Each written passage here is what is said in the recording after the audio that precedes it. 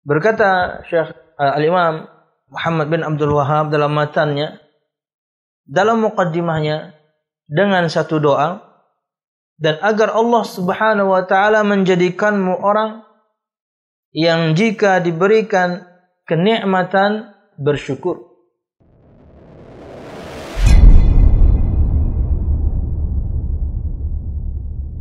Assalamualaikum warahmatullahi wabarakatuh.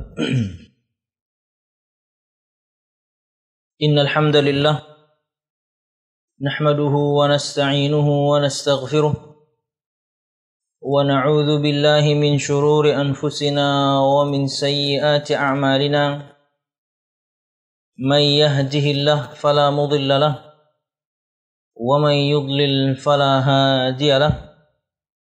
Asyhadu an la ilaha illallah wahdahu la syarika lah wa asyhadu anna Muhammadan abduhu wa rasuluh. Qala Allah Ta'ala fil Qur'anil Karim, a'udzu billahi minasy syaithanir rajim. Ya ayyuhalladzina amanu taqullaha haqqa tuqatih wa la tamutunna illa wa antum muslimun. يا أيها الناس اتقوا ربكم الذي خلقكم من نفس واحدة وخلق منها زوجها وبث منهما رجالا كثيرا ونساء واتقوا الله الذي تساءلون به والأرحام إن الله كان عليكم رقيبا. يا أيها الذين آمنوا اتقوا الله وقولوا قولا سديدا يصلح لكم أعمالكم ويغفر لكم ذنوبكم ومن يطع الله ورسوله فقد فاز فوزا عظيما. فإن أصدق الحديث كتاب الله وخير الهدي هدي محمد صلى الله عليه وسلم وشر الأمور محدثاتها فإن كل محدثة بدعة wa kullu bid'atin dhalalah wa kullu dhalalatin finnar, amma ba'd. Al-musyahidun al-kiram, para pemirsa yang dirahmati Allah Subhanahu wa taala. Alhamdulillah, segala puji dan syukur marilah kita haturkan kepada Allah Subhanahu wa taala. Kemudian salawat serta salam semoga selalu tercurahkan kepada junjungan besar Nabi kita Muhammad sallallahu alaihi wasallam, juga beserta para sahabatnya, keluarganya, dan segenap kaum muslimin yang selalu istiqamah berpegang teguh dengan Islam sampai hari kiamat kelak. Al-musyahidun al-kiram, para pemirsa yang dirahmati Allah Subhanahu wa taala, melanjutkan pembahasan kita pada kitab Syarah Al-Qawaid Al-Arba' karangan Syekh Shalih Fauzan bin Abdullah Al-Fauzan hafizahullah ta'ala. Dan masih pada pembahasan muqaddimah dari kitab ini dari Syekh Muhammad bin Abdul Wahhab yang berisikan tentang doa. Dan pada pertemuan yang lalu kita sudah masuk pada bagian doa beliau yang terakhir berkaitan dengan 3 tanda kebahagiaan. Kata beliau rahimahullah ta'ala, wa ayyaj'alaka mimman idza u'tiya syakara wa idza ibtuliya sabara wa idza adnaba istaghfara. Fa inna hadhihi ats-tsalath hiya 'unwanus sa'adah. Dan semoga Allah Subhanahu wa taala menjadikanmu orang yang apabila diberikan nikmat bersyukur, apabila diberikan cobaan bersabar, dan apabila berbuat dosa meminta ampun kepada Allah Subhanahu wa taala. Maka sesungguhnya 3 perkara ini adalah tanda-tanda kebahagiaan. Nah, pada pertemuan yang lalu kita telah menyebutkan keterangan Syekh Shalih Fauzan berkaitan dengan potongan doa yang pertama tadi. Wa ayyaj'alaka mimman idza u'tiya syakara. Dan semoga Allah Subhanahu wa taala menjadikanmu orang yang apabila diberikan nikmat bersyukur. Berkata Syekh Shalih Fauzan, rekap sedikit. Khilaful ladzi idza u'tiya kafara an-ni'mata wa bataraha. Fa inna katsiran minan nasi idza u'tun ni'mata kafaruha wa ankaruha wa sarrafuha fi ghairi ta'ati Allahi 'azza wa jalla fasarat sababan li syaqawatihim. Amma man yashkur fa inna Allaha yuziduhu. Qala ta'ala wa itta'adzana rabbukum la in syakartum la azidannakum.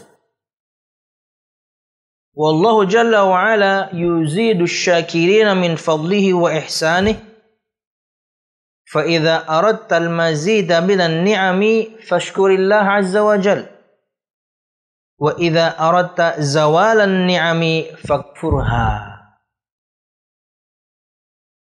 Berkata Syekh Al-Imam Muhammad bin Abdul Wahhab dalam matannya, dalam muqaddimahnya, dengan satu doa, dan agar Allah Subhanahu wa taala menjadikanmu orang yang jika diberikan kenikmatan bersyukur. Kita sudah bahas pada pertemuan yang lalu berkaitan dengan definisi nikmat. Kullul khairil ladzi yasilu ilal mar'i fi dinihi wa dunyah. Semua kebaikan yang sampai kepada diri seseorang dalam urusan agamanya dan juga urusan dunianya. Keterangan Syekh Shalih Fauzan berbeda dengan orang yang apabila diberikan nikmat dia kufur nikmat, dia menyalahgunakan nikmat.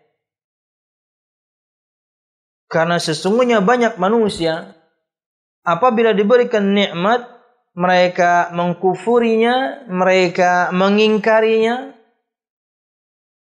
dan mereka memalingkannya kepada selain ketaatan kepada Allah Subhanahu wa ta'ala. Jadi nikmatnya tidak dimaksimalkan untuk menjalankan ketaatan. Nikmat apapun. Ini di antara makna kufur nikmat ya seperti ini. Memalingkan nikmat yang ada kepada selain ketaatan kepada Allah Subhanahu wa ta'ala. Di luar kasus agama, pada pertemuan yang lalu menyebutkan nikmat penglihatan, nikmat pendengaran, nikmat yani tangan, kaki,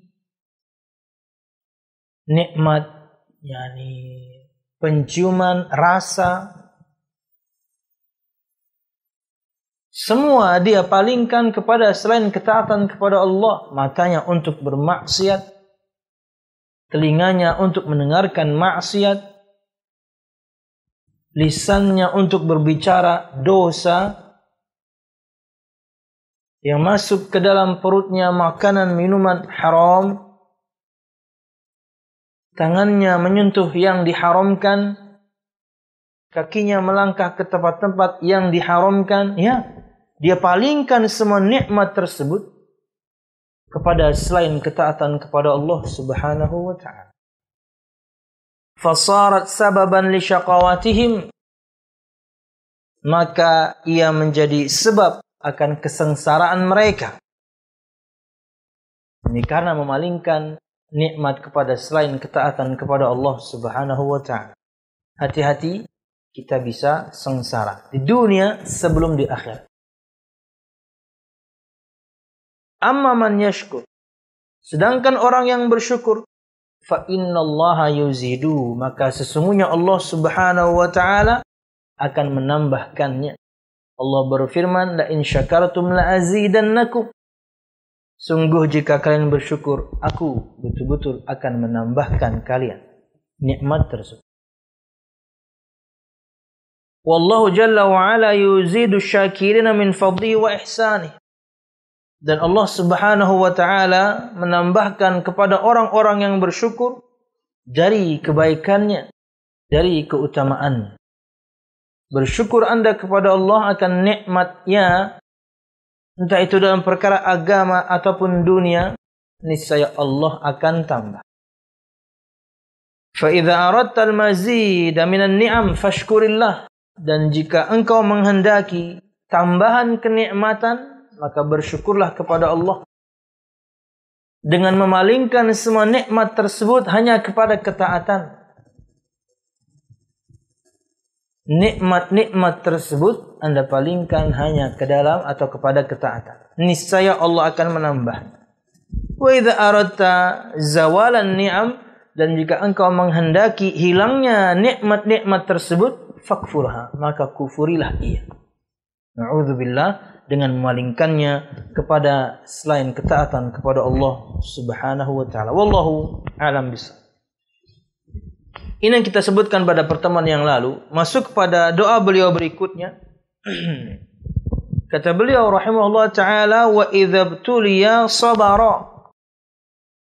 Dan semoga Allah Subhanahu wa taala menjadikanmu orang yang jika diberikan ujian, diberikan cobaan, diberikan musibah, sabara, bersabar.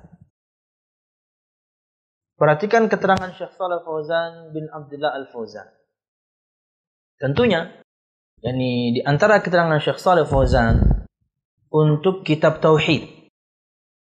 Dan di bab-bab terakhir berkaitan dengan kesabaran, lebih tepatnya berkaitan dengan bab di antara praktek orang-orang jahiliyah zaman dahulu, itu jika bersedih, mati dari mereka orang yang mereka cintai, mereka tidak sabar dengan mencakar-cakar wajah mereka, mencabik-cabik baju mereka, mengeluarkan kata-kata yang tidak pantas, mengumpat Tuhan Allah Subhanahu wa taala. Nah, di bab itu Syekh Shalih Fauzan memberikan satu definisi berkaitan dengan kesabaran pada keterangan, yakni kitab Tauhid Al-Mulakhas fi Syarhi Kitab Tauhid. Di antara keterangan beliau adalah habsun nafsi anit tashakki, menahan diri dari mengeluh.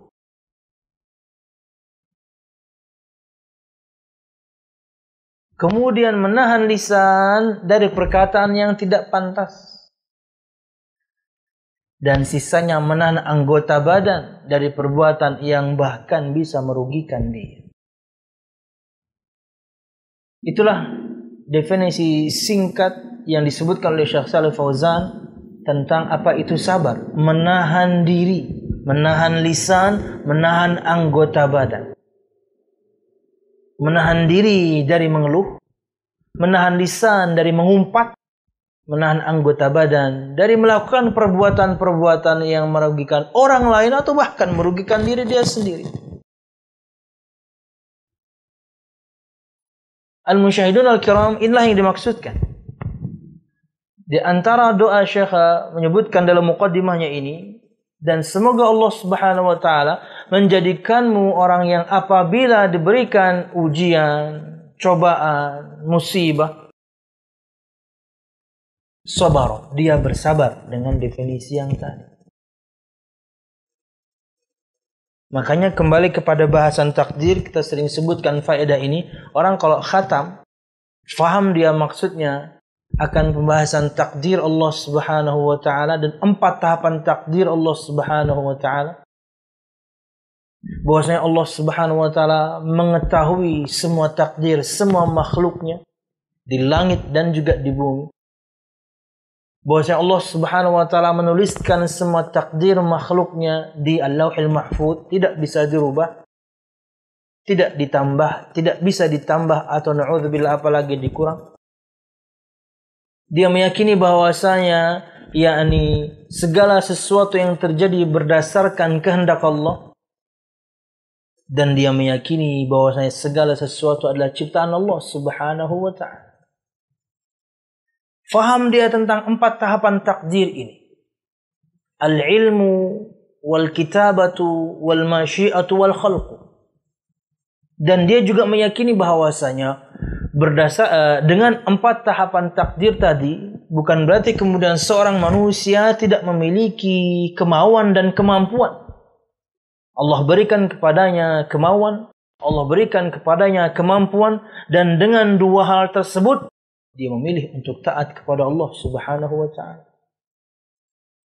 Dan dia juga meyakini bahwasanya 4 tahapan takdir tadi bukan atau tidak menjadi alasan dia melakukan kemaksiatan dan meninggalkan ketaatan. Dengan alasan takdir tidak. Kita memilih. Orang kalau faham 4 hal ini atau total 6 hal ini, khatam, sering saya istilahkan dengan khatam, faham dia akan bab takdir. Akhirnya ketika mendapatkan nikmat, kayak bahasan pekan yang lalu, ketika dia mendapatkan nikmat, syukur dia.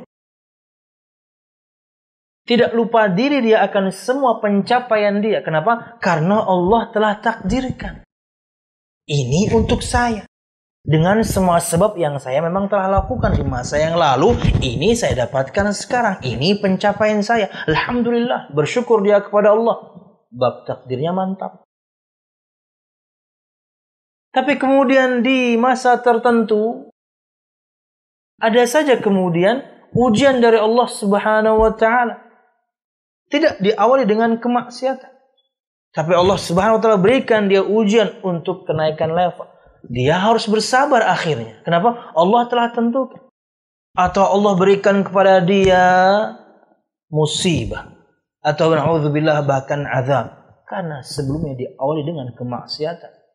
Di saat yang sama musibah ini adalah untuk melebur dosa dia. Dia harus bersabar. Kenapa? Karena Allah telah tentukan. Dia telah mencari sebab-sebab keselamatan. Dia telah berusaha menghindar dari sebab kemudaratan. Tapi tetap Allah berikan kepadanya, yakni musibah. Satu perkara yang tidak kita sukai tentunya. Maka dia bersabar. Keterangan Syekh. Allah Jalla wa'ala yabtalil ibad. Allah Subhanahu wa ta'ala yakni akan menguji semua para hamba. Yabtaliyahum bil masaib. Allah menguji mereka dengan musibah-musibah. Yabtaliyahum bil makarih. Allah Subhanahu wa taala menguji mereka dengan hal-hal yang tidak disukai. Satu makna sebenarnya, karena musibah mesti ia adalah sesuatu yang tidak kita sukai. Sesuatu yang menimpa kita dan kita tidak menyukainya. Menyedihkan. Yabtaliyahum bil a'da'i minal kuffari wal munafiqin. Allah menguji mereka dengan adanya musuh. Baik itu dari kalangan orang-orang kafir atau dari kalangan orang-orang munafiqin. Tampilannya Islam tapi aslinya kafir. Fayahtajuna ila sabri wa adamil ya'si wa adamil qanuti min rahmatillah. Maka di saat yang seperti ini, ketika Allah menguji dia dengan musibah, Allah menguji dia dengan hal-hal yang tidak dia sukai. Di antara keterangan para ulama yang ulun fahami, bahwasanya ini tidak lain dan tidak bukan karena sebelumnya ada perbuatan kita yang salah hingga kemudian Allah berikan kepada kita musibah. Wa ma asabakum min musibatin illa bima kasabat aydikum. Surah Asy-Syura ayat sekian, ayat 30 atau 31. Dan tidaklah menimpa kepada kalian satu musibah kecuali karena sebab ulah tangan-tangan kalian sendiri. Tapi ingat, di saat yang sama ia adalah pelebur dosa. Tapi ingat, semua kita mampu menghadapinya. Tapi ingat, setelah itu mesti kita mendapatkan kebahagiaan. Ya. Sering belum menyampaikan minimal 4 hal ini. Berkaitan dengan musibah yang menimpa kita. Yang pertama, kita mampu menghadapinya. Yang kedua, di saat yang sama ia pelebur dosa. Yang ketiga, setelah itu pasti akan ada kebahagiaan menanti. Akhirnya kemudian kita bersabar menjalaninya. Apapun bentuk musibahnya. Pada diri kita, pada keluarga, pada pasangan, pada anak, pada orang tua. Sabar. Hati tidak bergumam, lisan tidak mengumpat, anggota badan tenang. Sabar. Fayahtajuna ila sabr. Maka mereka butuh kepada kesabaran. Ketika Allah Subhanahu wa taala menguji para hambanya dengan musibah, hal-hal yang mereka tidak sukai, Allah bahkan berikan mereka ujian dengan adanya musuh dari kalangan orang-orang kafir dan juga munafikin, maka orang-orang yang beriman butuh pada kesabaran, menahan diri. Wa adamil ya'si, dan mereka juga butuh kepada tidak putus asa. Sabar, tidak putus asa, wa adamil qanud, dan tidak putus harapan disebutkan. Dari apa? Dari rahmat Allah Subhanahu wa taala. Makanya tadi disebutkan bahwasanya ketika kita mampu menjalani, kita pasti mampu menjalaninya. Setelah itu nanti ada kebahagiaan. Inna ma'al usri yusra. Semua kita hafal ayat itu. Satu, kesusahan diapit dengan dua kebahagiaan. Jadi sabar aja. Karena setelah ini, selain kita mampu menghadapi cobaan ini yang cukup berat ini, setelah ini ada kebahagiaan menanti. Akhirnya membuat seseorang tidak putus asa dari kasih sayang Allah Subhanahu wa taala. Dan orang akan paham seperti ini ya kalau belajar. Ada yang mengingatkan. Ada teman yang menyabarkan. Makanya di antara sunnah Nabi Muhammad SAW kepada kita yang masih hidup, ketika kita bertakziah kepada atau ke rumah saudara-saudara atau teman-teman kita yang anggota keluarganya meninggal darinya ibunya, bapaknya, pasangannya, anaknya, sangat sedih. Ini teman kita ini pasti. Di antara sunnah Nabi Muhammad SAW, doa yang kita sampaikan kepadanya, isbiru wahtasib. Ya. Anda datang, ta'ziyah, belasungkawa. Apa yang Anda sebutkan kepada dia yang ditinggalkan? Isbir wahtasib. Bersabarlah kamu dan carilah pahala Allah pada musibah ini. Karena kamu bersabar. Berat. Ditinggalkan orang yang kita cintai itu berat. Orang tua, pasangan, anak, berat. Tapi kalau Anda, sekali lagi ulun sebutkan, khatam membahas takdirnya, maka Anda akan sabar. Dia cuma duluan aja, kita juga akan mati kok. Tapi ya dia duluan aja. Tapi yang menyedihkan, karena kita nggak suka, kita sangat cinta orang tua, cinta pasangan, cinta anak. Mereka meninggal, sedih. Tapi habis ini insya Allah ada kebahagiaan menanti, sabar aja. Wallahu a'lam bishawab. Karena tentunya kalau bersedihnya berkepanjangan malah berbahaya kepada kesehatan kan. Ya. Nangis wajar, manusiawi, nggak nangis malah aneh. Ditinggal pasangan, ditinggal orang tua, ditinggal anak, malah anteng nggak nangis, ya aneh malahan. Sedih, menangis, manusia. Tapi tentunya tidak berkepanjangan. Bahkan kita bisa jadi kemudian ada rasa syukur kenapa mereka meninggal dengan kebaikan. Di atas kebaikan, di atas ketaatan. Kita tahu bagaimana mereka ketika hidup. Orang tua kita, pasangan kita, anak kita.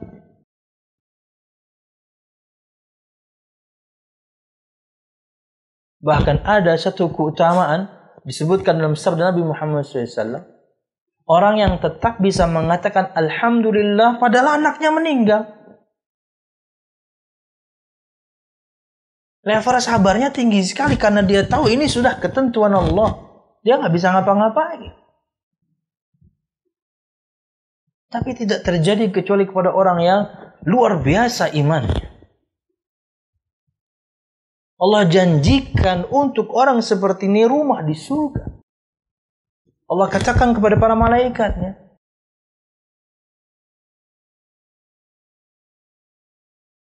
subhanallah, Allah janjikan rumah di surga.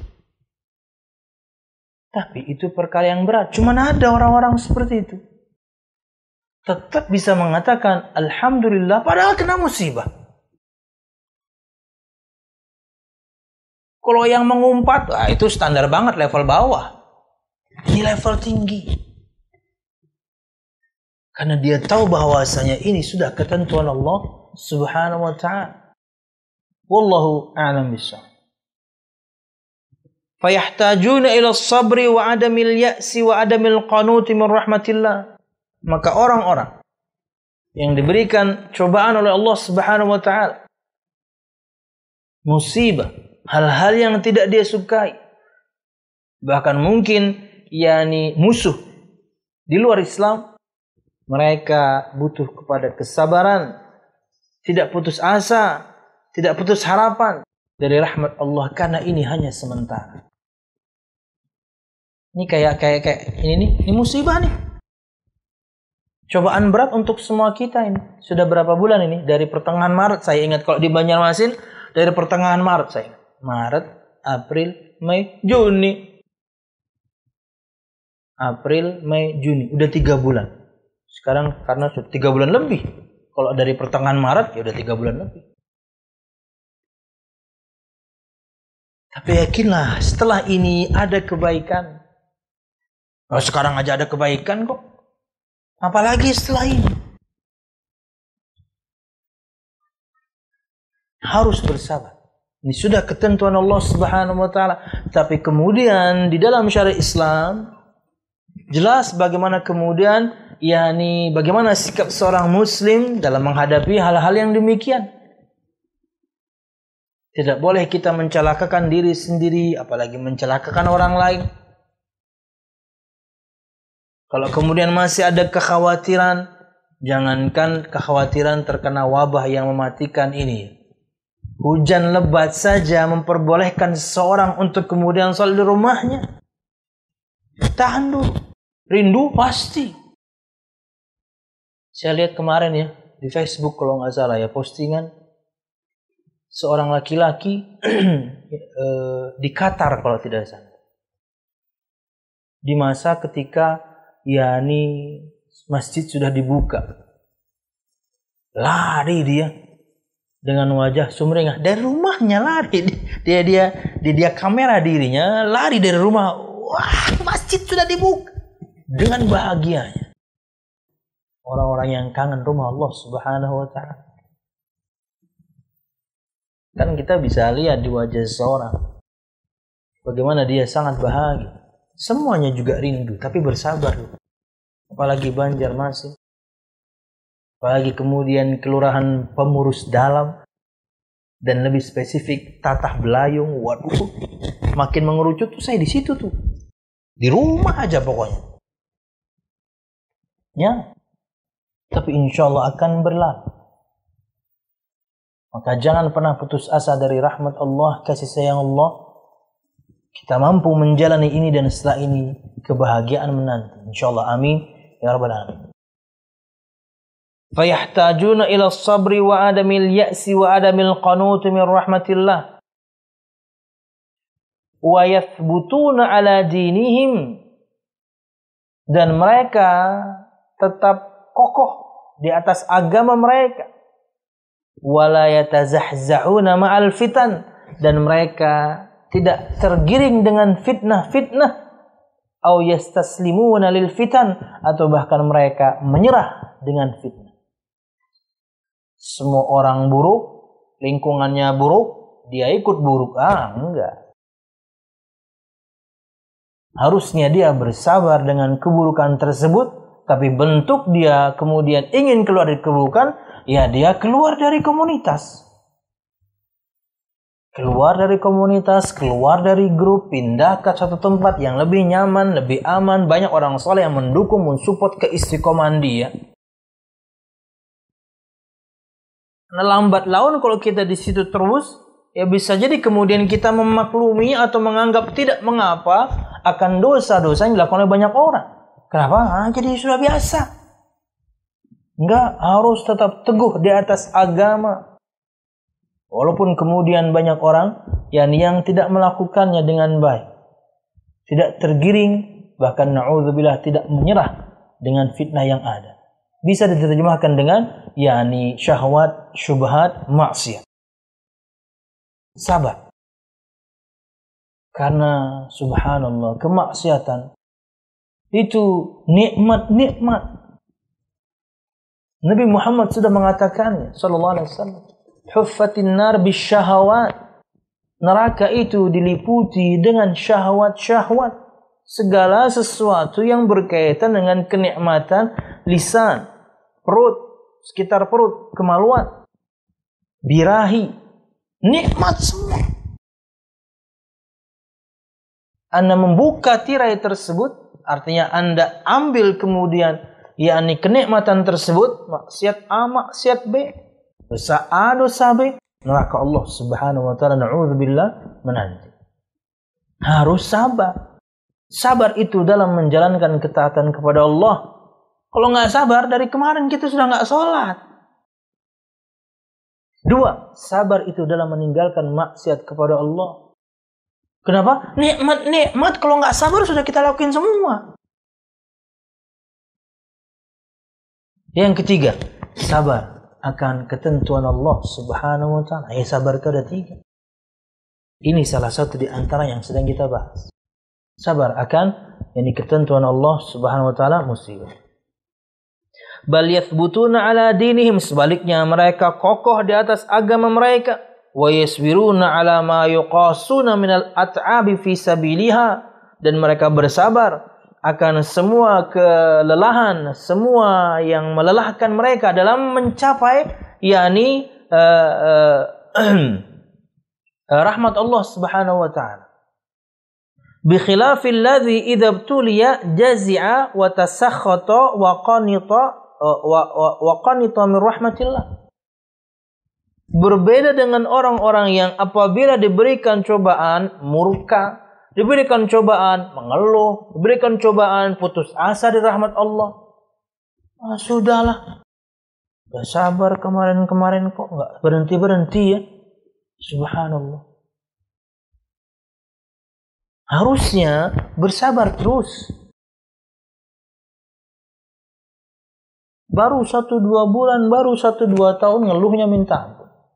Nah, kemarin tahunan, bahkan mungkin puluhan tahun Anda bermaksiat, santai aja. Harusnya lebih sabar lagi. Ya. Al-Musyahidun al-Kiram, pekan lalu juga ya kita ingatkan ya, satu cerita yang dituliskan oleh Al-Ustaz Fadil Badrus Salam. Tentang bagaimana seorang ibu-ibu menghampiri beliau, mengeluhkan akan penyakit beliau, kok lama sekali tidak Allah sembuh-sembuhkan. Dan begitu ditanya apa yang pernah dilakukan di masa lalu, contohnya dia adalah kupu-kupu malam.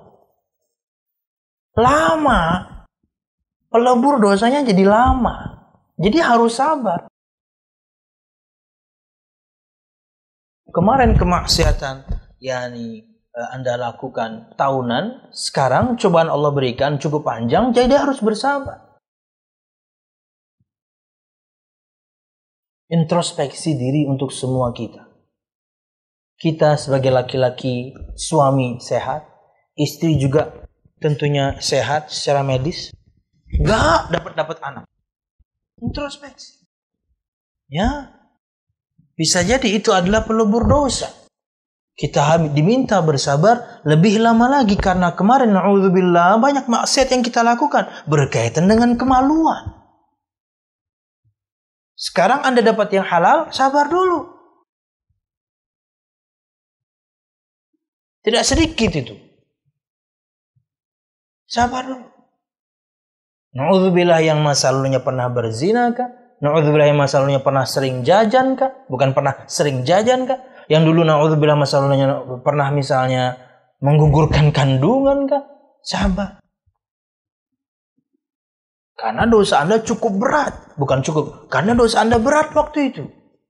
Sekarang alhamdulillah hidayah menyapa. Anda sudah di atas manhaj yang lurus. Maka bersabarlah akan ujian Allah Subhanahu wa ta'ala. Berat memang. Kitanya sehat, istri juga sehat, tapi belum dapat karunia. Teman-teman nih juga nih kadang-kadang nih bikin kita nggak sabar. Nanyanya itu terus. Cukuplah. Ya. Nanti kok kayaknya udah lama nikah, nggak punya anak. Nah, itu menyakitkan itu. Kira-kira kalau nanya orang. Gimana? Istri udah hamil belum? Bodoh amat. Urusan rumah tangga orang. Kenapa Anda kemudian... Nah, ini baru fudul nih. Anda nanya perkara yang nggak penting.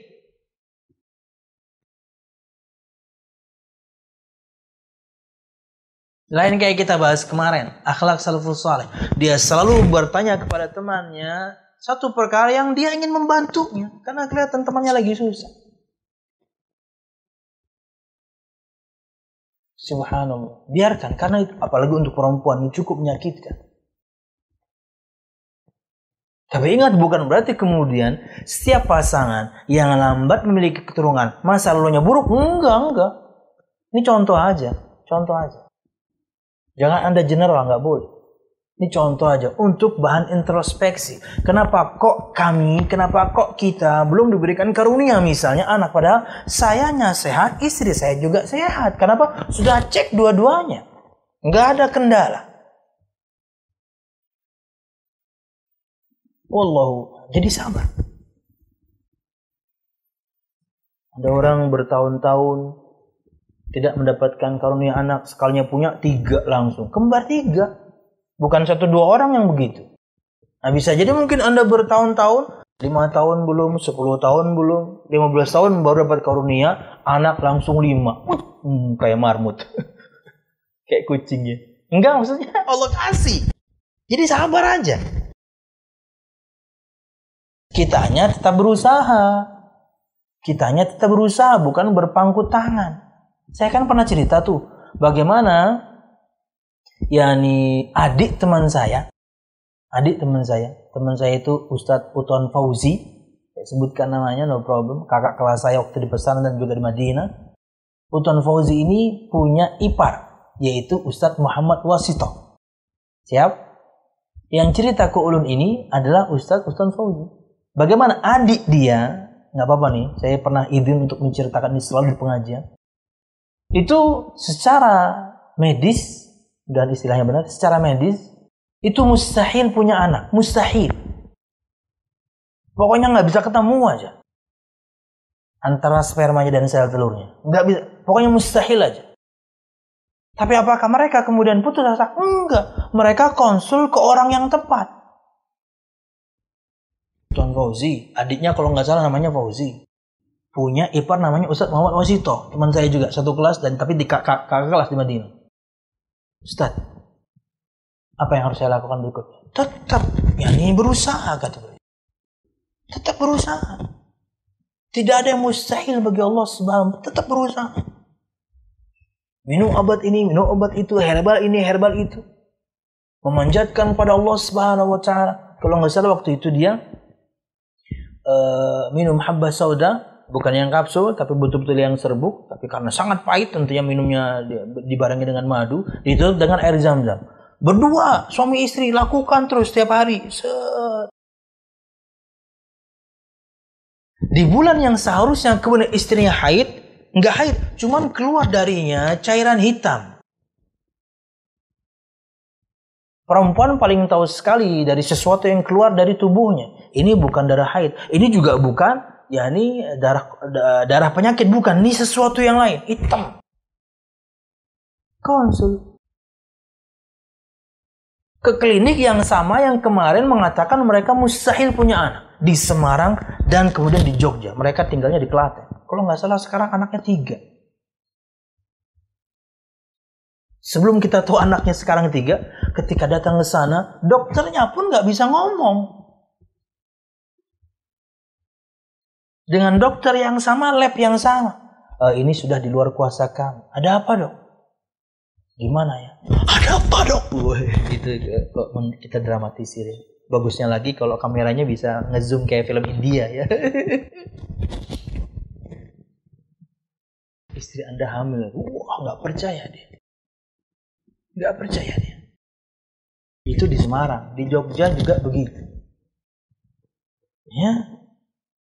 Itu yang mustahil kata kita. Tidak untuk Allah Subhanahu wa Ta'ala. Apalagi Andanya sehat, istrinya sehat. Maka jadikan bahan introspeksi. Sabar aja dulu. Oh Ustaz, begitu ngomong gitu enak karena Ustaz udah punya anak. Lah inilah gunanya introspeksi. Ada apa dengan Anda hingga kok sampai sekarang Allah belum anugerahkan anak? Anda tanya diri Anda sendiri. Semua kita tanya diri kita masing-masing. Apa yang salah pada diri ini? Apakah karena kemaksiatan masa lalu? Mungkin.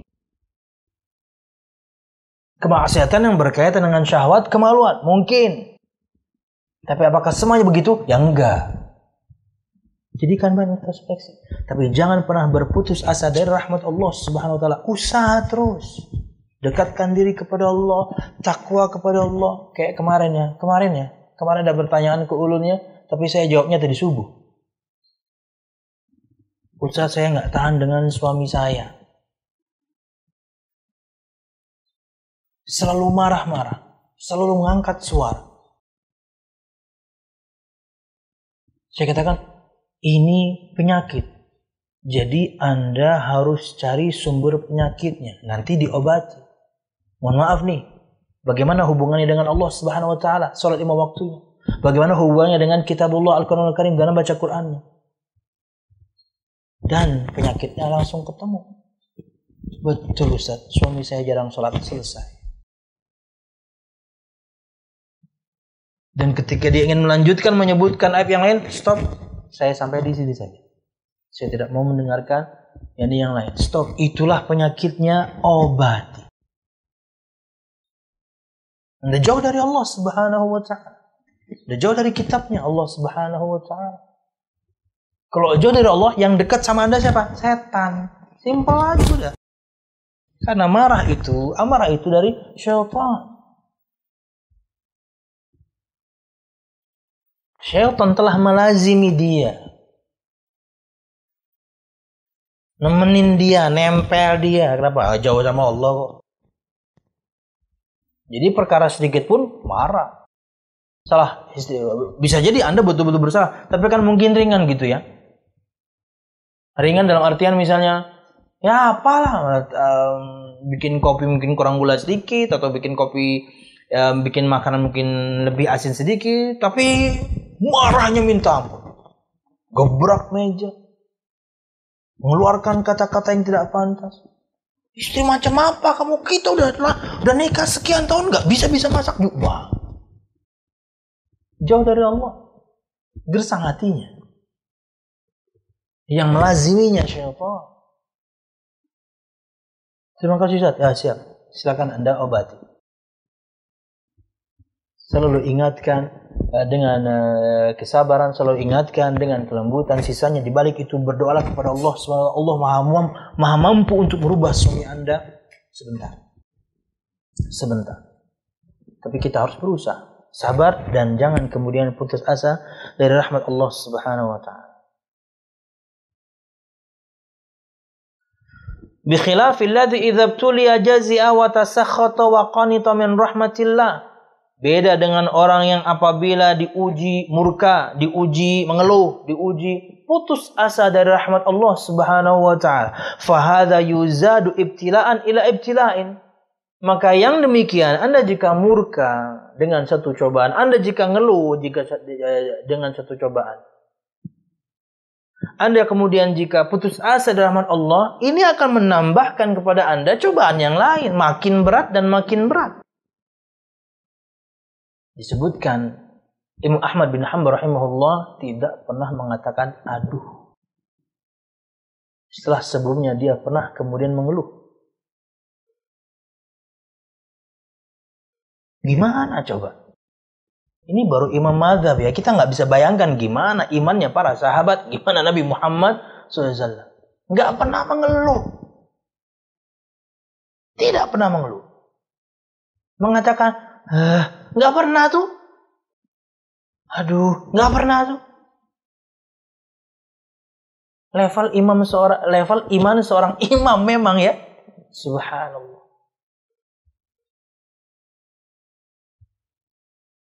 Maka keluhan kita, murka kita, gumaman kita akan cobaan-cobaan dari Allah Subhanahu wa taala nanti nambah berat ujian yang lain. Wa masaib ila masaib, dan musibah dan menambahkan musibah di atas musibah yang lain.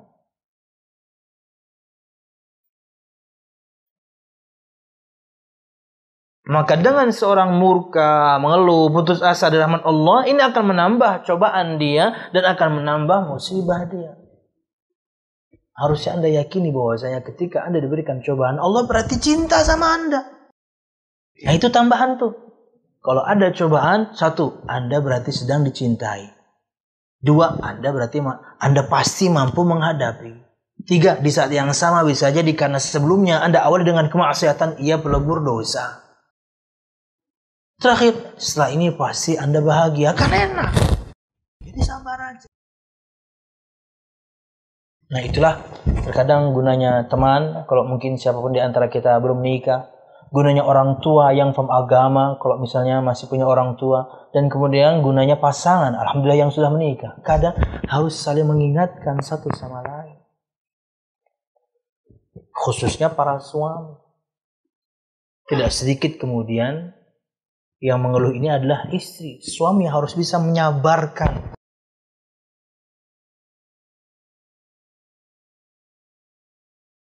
Capek ya kak, kita ke pengajian naik sepeda motor terus.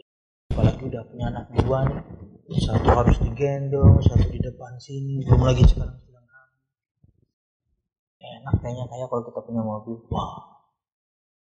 Padahal Anda tahu suami Anda belum mampu.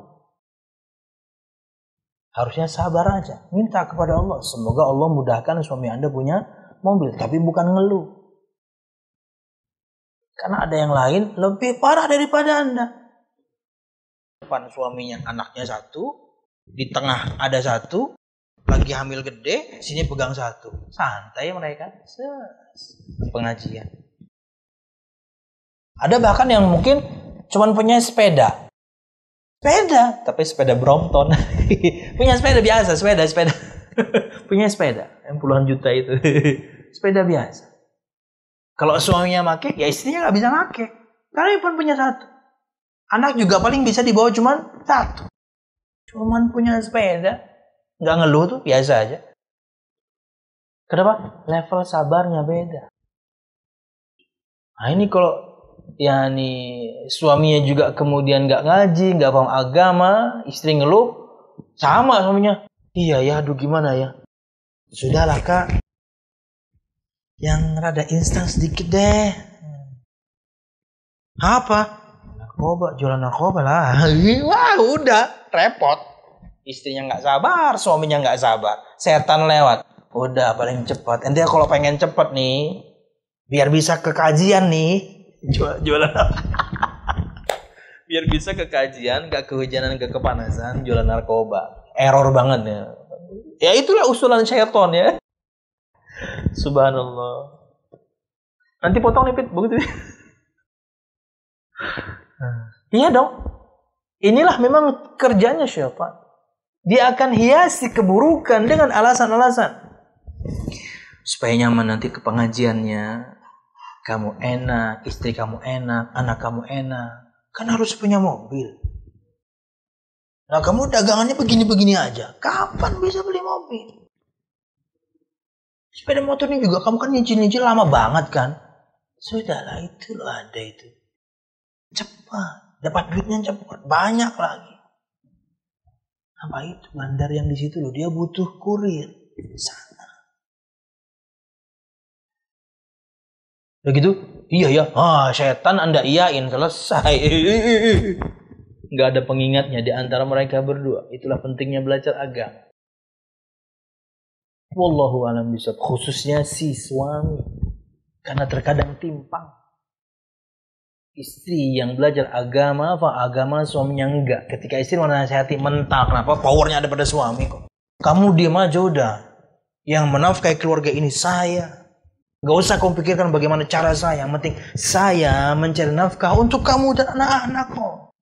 Gak usah bahas-bahas hal haram sama saya. Wah, repot.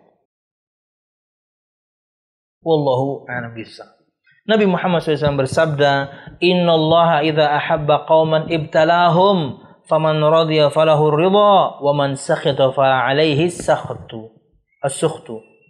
Sesungguhnya Allah Subhanahu wa taala jika mencintai satu kaum atau satu orang, Allah akan menguji mereka. Allah akan menguji dia.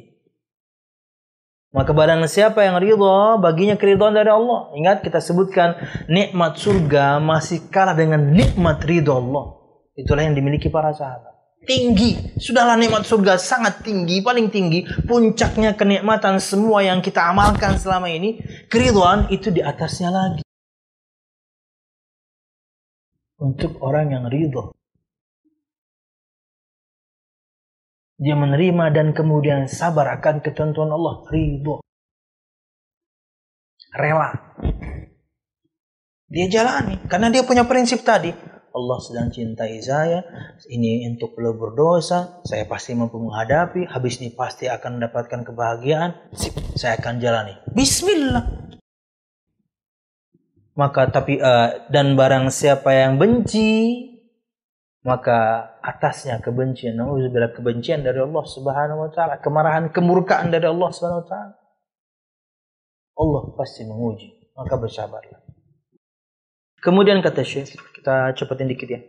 Wa a'dhamun nasi bala'an al-anbiya thumma al-amthal fal-amthal. Disebutkan dalam sebuah hadis, potongan hadis riwayat Imam Tirmidzi, dan manusia yang paling besar cobaannya adalah para nabi, kemudian yang semisal para nabi dan yang semisal para nabi.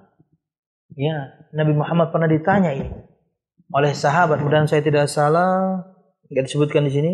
Sahabat Abu Dzar kalau tidak salah. Abu Dzar. Kata dia, wahai Nabi Muhammad, siapa orang yang paling berat cobaannya? Kata Nabi Muhammad, para nabi dong. Para nabi itu berat semua. Yang dihadapi kaum Nabi Muhammad, yang dihadapi semua umat manusia sama jinnya. Berat ujian. Dilecehkan, dipanggil dengan gelar-gelar yang buruk, dikucilkan, diusir, dituduh tukang sihir, dituduh penyair, dituduh orang gila, disebarkan tuduhan itu, dibully setiap hari, lagi sujud lempari kotor, luar biasa ujiannya. Pengen dakwah meluruskan umatnya, dilempari batu, diusir, bocor kepalanya, saudara. Kemudian yang semisal dengan mereka dan yang semisal. Para nabi, kemudian para sahabat, tabi'in, tabi'ut tabi'in, orang-orang yang saleh, siddiqun. Kata beliau menerangkan, ubtuliya rusul, para rasul telah diuji, wabtuliya siddiqun, dan juga orang-orang yang siddiq, orang-orang yang sangat jujur imannya kepada Allah dan Rasulnya juga diberikan ujian. Wabtuliya syuhada, dan orang-orang yang mati syahid pun mendapatkan ujian. Di antaranya ujian mati syahid itu. Berat untuk kemudian turun ke medan peperangan. Tapi mereka sabar karena tahu akan pahala Allah di balik itu. Sabar mereka dan gugur di medan perang. Wabtuliya ibadullahi mu'minun, dan diuji juga hamba-hamba Allah yang beriman. Lakinnahum sabaru, akan tetapi mereka sabar. Para nabinya sabar, siddiqun, syuhada, orang beriman, semuanya bersabar. Maka kita harus bersabar. Hati, lisan, dan anggota badan. Amal munafiqu faqad qala Allah fihi wa minan nasi man ya'budullaha ala harfin fa in asabahu khairun itma'anna bihi wa in asabathu fitnatun inqalaba ala wajhihi khasira ad-dunya wal akhirah dzalika huwal khusranul mubin. Yang artinya adalah, dan di antara manusia ada yang menyembah Allah hanya di tepi, Apa artinya? Kita akan bahas nanti. Maka jika dia memperoleh kebajikan, dia merasa puas. Dan jika dia ditimpa suatu cobaan, dia berbalik ke belakang. Dia rugi di dunia dan rugi di akhirat. Itulah kerugian yang nyata. Tafsir singkat dari Syekh Sa'di rahimahullah ta'ala. Aywa minan nasi man huwa dha'iful iman. Tafsirannya adalah bahwasanya di antara manusia ada orang yang imannya lemah. Lam yadkhulil iman qalbahu. Iman belum masuk ke hatinya. Walam tukhalituhu basyashatuhu. Dan iman belum kemudian memancarkan sinarnya lah kasarnya begitu ya. Belum tercampur dengan sinar iman. Bal dakhala fihi, akan tapi bahkan sebaliknya masuk pada hatinya imma khaufan, rasa takut, wa imma adah atau wa imma adatan ala wajhi la yathbut indal mihan. Atau kemudian masuk pada hatinya satu kebiasaan yang jika tertimpa musibah, jika tertimpa cobaan, la yathbut, gak kuat, goyah dia. Ada orang yang begini kata Syekh, menafsirkan firman Allah Subhanahu wa taala, imannya itu di tepi. Imannya itu di pojok. Bukan di tengah, bukan di dalam, bukan masuk ke inti, masih di pojokan. Makanya kata Nabi Muhammad menyambung hadis yang tadi, kata beliau SAW, seorang akan diuji berdasarkan imannya. Tebal imannya, berat cobaannya. Lemah imannya, dia akan diuji berdasarkan imannya. Ada orang yang lemah imannya, iman belum masuk ke hatinya. Cahaya iman kemudian belum bercampur pada hatinya. Tapi yang masuk ke hatinya adalah rasa takut. Atau satu kebiasaan yang kemudian ketika tertimpa musibah, goyah. Fa in asabahu khairun itma'anna bihi. Kalau dia mendapatkan kebaikan, tenang, puas. Ai idza istamarra rizquhu ragadan wa lam yahsul lahu minal makarih syai' itma'anna bidzalikal khair la bi imani. Artinya jika rizkinya lancar, tidak mendapatkan hal-hal yang tidak dia sukai, tenang dia. Bukan karena imannya, karena apa? Duitnya masih ada, rizkinya ada.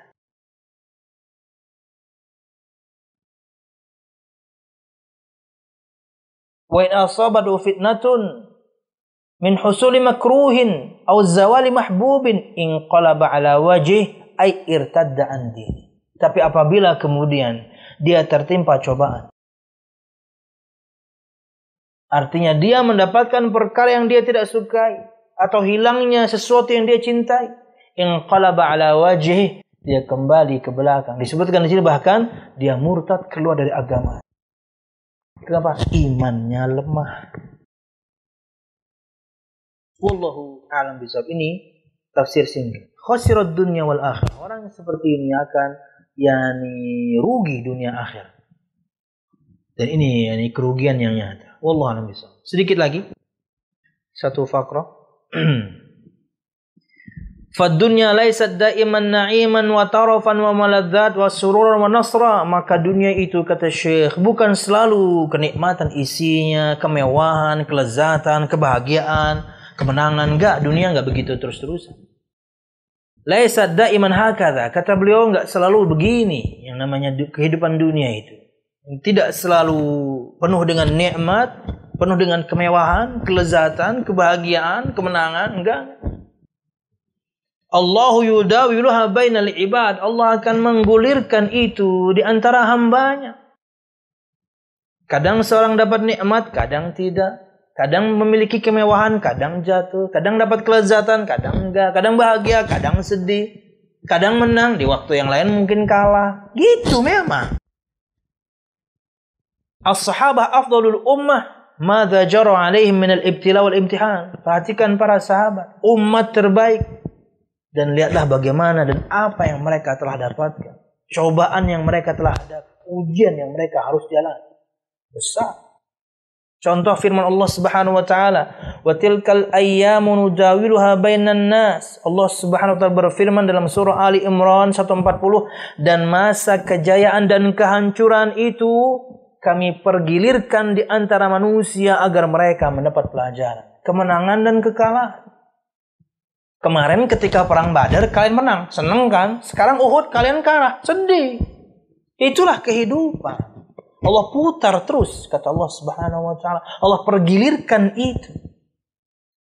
Makanya dulu sebutkan di awal, ketika kita sabar menghadapinya, habis ini insya Allah kita bahagia. Jadi hadapi aja kesedihan ini. فَلْيُوَطِّنَ الْعَبْدُ نَفْسَهُ أَنَّهُ إِذَا ابْتُلِيَ فَإِنَّ هَذَا لَيْسَ خَاصًا بِهِ فَهَذَا سَبَقَ لِأَوْلِيَاءِ اللَّهِ فَلْيُوَطِّنْ نَفْسَهُ وَيَصْبِرْ وَيَنْتَظِرْ الْفَرَجَ مِنَ اللَّهِ وَالْعَاقِبَةَ لِلْمُتَّقِينَ. Maka penutup kata Syekh Shalih Fauzan, hendaklah seorang hamba itu menyiapkan dirinya, yaitu apabila dia diuji, maka ketahuilah bahwasanya ujian ini tidak khusus untuk dirinya. Orang-orang yang telah lalu, orang-orang yang terdahulu, para wali Allah, orang-orang yang Allah Subhanahu wa taala cintai telah mendapatkan ujian yang sama. Jadi kamu juga harus sama. Maka hendaklah juga seorang hamba menyiapkan dirinya dan bersabar dan menanti jalan keluar dari Allah Subhanahu wa taala dengan menjalankan ketaatan. Allah akan berikan jalan keluar.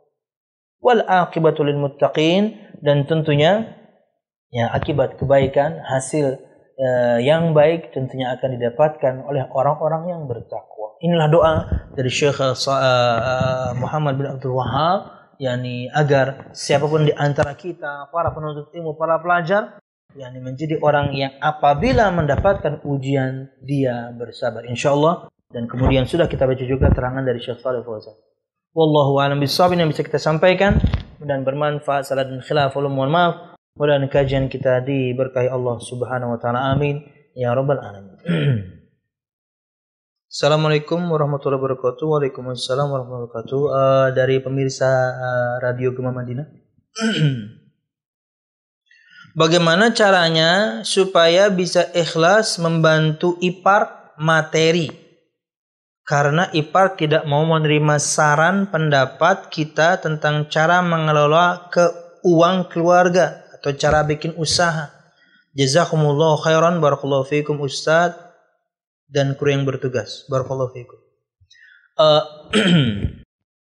Al-musyahidun al-kiram, kalau misalnya ipar kita bukan orang yang kemudian bisa manage keuangan dan usaha, betul, tugas kita hanya memberikan saran, tapi kita tidak bisa paksakan. Tapi apakah kemudian cuma 1 atau 2 kali? Enggak. Mungkin di masa itu dia belum terima, di masa yang lain ingatkan lagi. Dan ingat, enggak mesti Anda langsung yang kemudian menasihati. Bisa lewat adik Anda atau kakak Anda kan? Lewat pasangan dia. Tata kata-katanya betul-betul yang rapi, agar kemudian disampaikan dan tidak tersinggung. Ini berkaitan dengan izzah memang. Tipis sekali dengan ego. Seorang itu memiliki kemuliaannya, seorang itu memiliki kebanggaannya.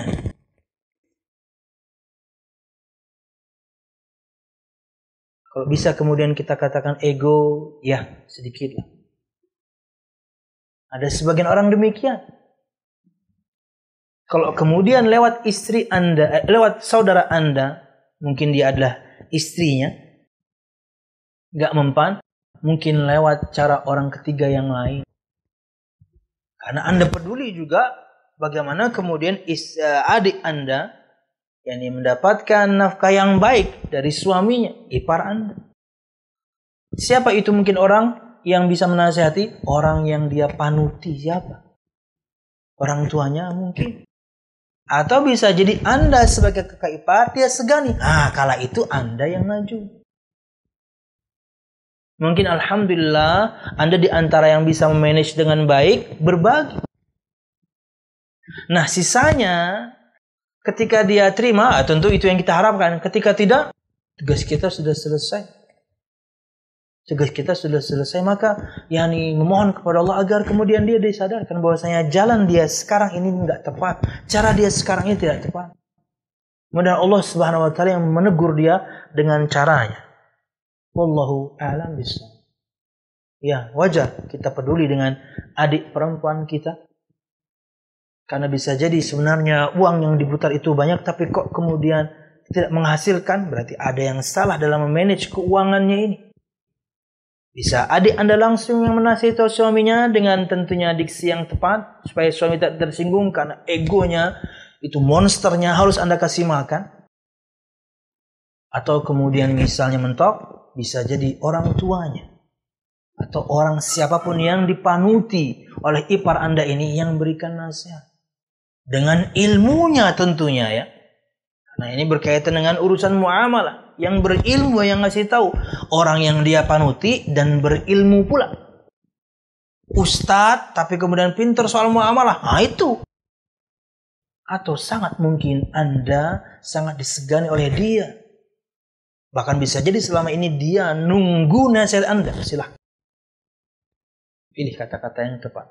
Wallahu a'lam bishawab. Wallahu a'lam bishawab. Tapi kalau tertolak ya sudah ya. Itu usaha yang bisa kita lakukan. Sisanya hanya banyak berdoa saja kepada Allah Subhanahu wa taala.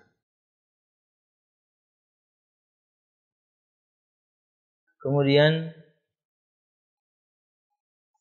dari Gema sudah, dari Rifkon juga masing-masing satu ya.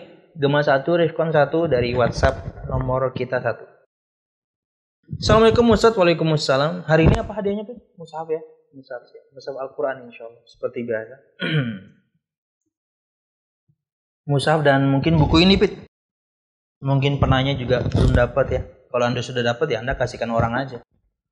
Assalamualaikum Ustaz. Waalaikumsalam. Bagaimana hukumnya jika seseorang melakukan kesyirikan tapi orang tersebut tidak mengetahui itu kesyirikan? Dimaafkan.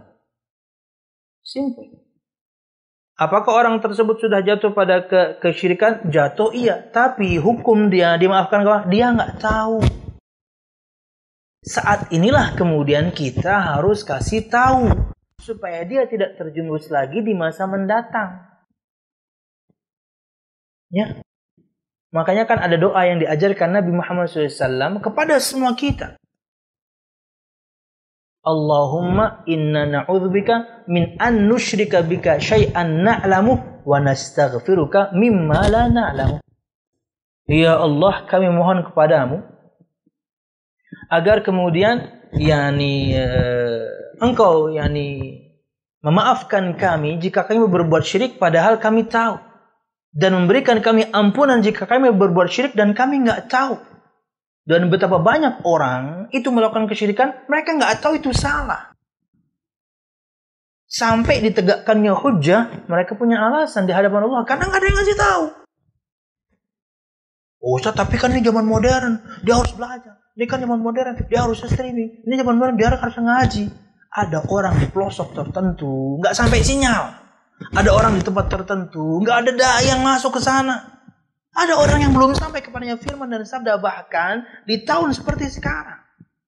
Ada orang yang bahkan paham Islam itu Islam yang salah. Sekarang, zaman modern banget. Dimana handphone sudah dilipat. Bukan lipat gitu ya. Nih handphone layar begini dilipat sekarang. Bukan sekarang, kemarin sudah ya, udah lama sih. Handphone Android kayak gini, dilipat handphonenya. Kurang modern apa coba? Lama-lama nanti ditanam chip lah mungkin di tangan kita, mungkin di telinga kita. Ada telepon masuk, cuman dia yang tahu. Menjawabnya mungkin dengan berdem. Ya, lagi nyautin, canggih. Tapi ada kok tempat-tempat tertentu. Orang di Amerika sana, dan mungkin juga di Eropa. Saya pernah sampaikan nih juga. Eksperimen, sosial eksperimen. Di channel YouTube tertentu, saya lupa alamatnya. Dia bikin eksperimen memperdengarkan Al-Quran di New York. Yang satunya di mana yang di Inggris yang paling di London. Inggris dia ceknya di London, di Amerika di New York. Modern banget pokoknya. Dihampiri orang-orang yang lewat itu. Bisa minta waktunya sebentar. Saya ingin memperdengarkan sesuatu, nanti saya minta pendapat Anda. Diperdengarkan bacaan Al-Quran, Syekh Sudais. Ada yang diperdengarkan Al-Fatihah, ada yang diperdengarkan Nas, Al-Falaq, ada yang terdiam, ada yang ngangguk-ngangguk, dan ada yang meneteskan air mata. Ketika ditanya, bagaimana pendapat Anda? Banyak mereka bertanya, ini apa? Ini apa coba? Tapi pendapatnya, selain mereka bertanya, ini apa? Ini hal yang paling indah yang saya pernah dengar.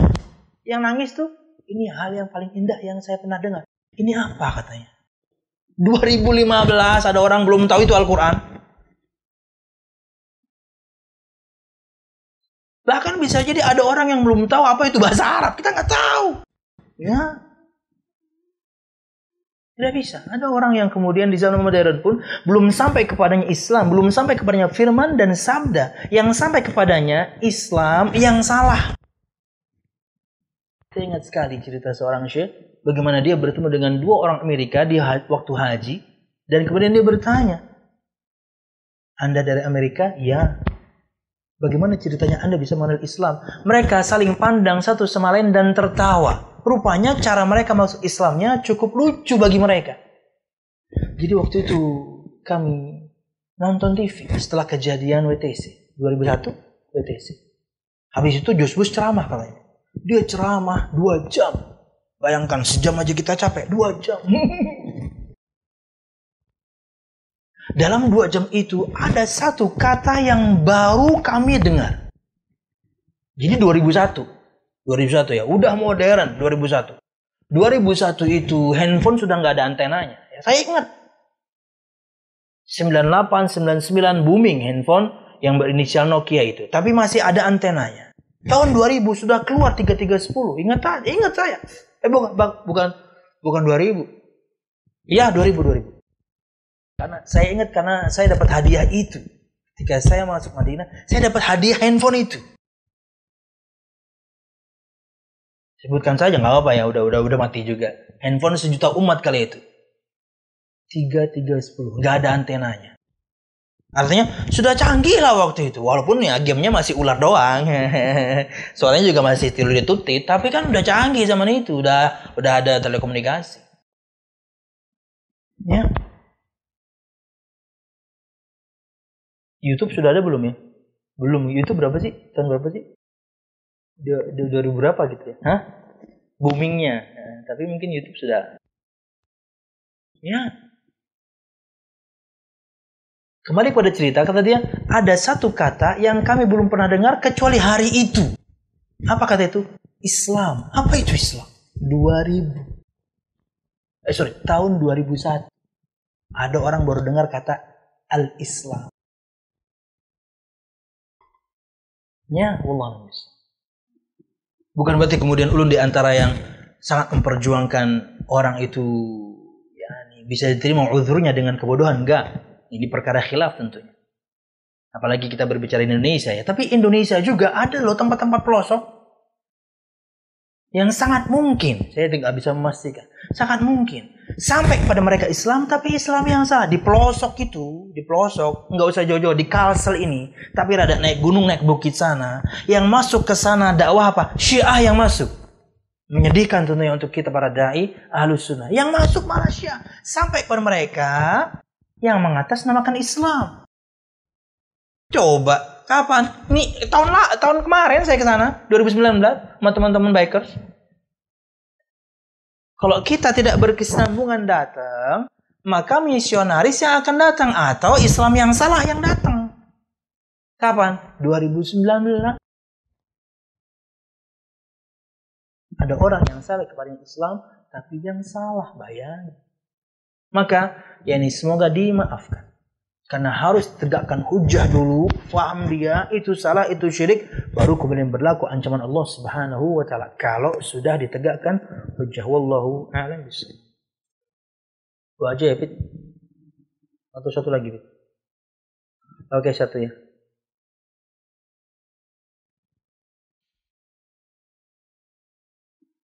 Sama nih orang. Nanya di WhatsApp juga, nanya di Rifkon juga. Sama nih. Yang satu ini, ini benar nih. Assalamualaikum Ustaz. Waalaikumsalam. Izin bertanya Ustaz mengenai takdir Ustaz. Kan takdir semua orang sudah ditentukan jauh sebelum manusia dilahirkan. Namun apakah benar jika doa dapat merubah takdir seorang? Betul, itu sabda Nabi Muhammad SAW. Doa bisa merubah takdir. Tapi bukan berarti, jangan salah paham. Bukan berarti ketika Anda berdoa dengan sesuatu yang belum Allah tuliskan. Salah. Perhatikan, doa bisa merubah takdir. Itu sabda Nabi Muhammad SAW. Makanya kita diperintahkan untuk berdoa. Kenapa? Karena kita tidak tahu ketentuan Allah. Yang kita tahu kita diperintahkan memohon. Itu satu. Karena kita tidak tahu yang Allah tentukan. Yang kita tahu kita dapat perintah ajaran Nabi Muhammad memohon. Untuk semua masalah. Kebaikan dunia akhirat. Dua, jangan sampai Anda meyakini bahwasanya ketika Anda berdoa dengan sesuatu yang belum dituliskan. Salah. Sudah semua. Yang Anda mohonkan, hasil dari yang Anda mohonkan dikabulkan atau tidak, sudah semua. Anda menjalankan sebab-sebab untuk kemudian terkabulnya doa itu, sudah semua. Doa Anda tertolak karena Anda tidak menjalankan sebab-sebab agar doa diterima, sudah semua. Tapi apa? Kita tidak tahu ketentuan tersebut. Makanya kita berdoa. Berdoa kebaikan dunia dan akhirat. Minta karena kita tidak tahu apa yang telah Allah tuliskan. Wallahu a'lam. Maka berdoalah. Selalu mintalah kebaikan dunia akhirat. Di antaranya mungkin dengan istilah dengan doa yang orang istilahkan dengan doa sabut jagat. Minta kebaikan dunia dan akhirat. Karena kita tidak tahu apa yang telah Allah tentukan untuk kita. Jika kemudian kebaikan itu kita dapatkan, bersyukurlah. Jika kemudian kita sudah berusaha mencari sebab keselamatan, menghindar dari sebab kemudaratan, tetap kita mendapatkan musibah, bersabarlah. Itulah sudah ketentuan Allah Subhanahu wa ta'ala. Beralasan dengan takdir Allah ketika tertimpa musibah, boleh. Tapi beralasan dengan takdir Allah ketika meninggalkan kewajiban, melakukan kemaksiatan, itu yang nggak boleh. Karena Anda bisa milih. Musibah, Anda nggak bisa memilih. Terkadang Anda tertimpa. Wallahu a'lam bishawab. Subhanakallahumma bihamdika asyhadu an la ilaha illa anta astaghfiruka wa atubu ilaik. Assalamualaikum warahmatullahi wabarakatuh.